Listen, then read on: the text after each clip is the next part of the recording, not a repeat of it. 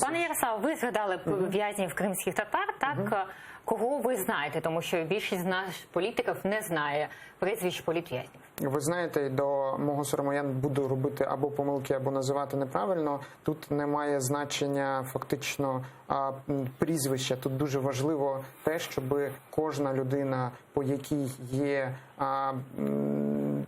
провокації з боку країни-агресора, відчувала підтримку. Ну, один з них Ахтем Чийгоз є учасником нашого політичного списку. І я думаю, який зараз знаходиться в тюрмах російських.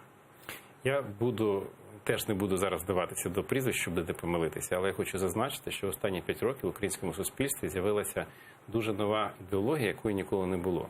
А саме, ми своїх не кидаємо, і за кожного громадянина, який перебуває в полоні, ми визволяємо і робимо все можливе, щоб його визволити. Як ваша політична партія буде звільняти?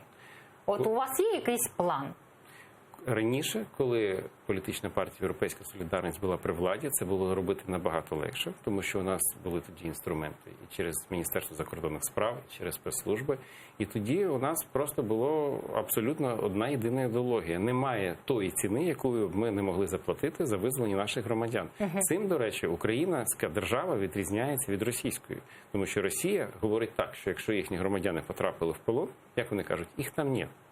Або вони від них зрікаються. І це було ще, якщо згадаємо, після Другої світової війни, всі ті радянські солдати, які потрапили в полон, потім йшли напряму до Сибіру. Тобто їх почали вже вв'язнювати нібито на батьківщині. В Україні зовсім інша філософія. Це філософія, яка почала формуватися з 2014 року, і вона полягає в тому, що немає тої ціни, яку б ми не були готові заплатити за визволення наших громадян, крім політичних поступок. Тут ми безкомпромісні.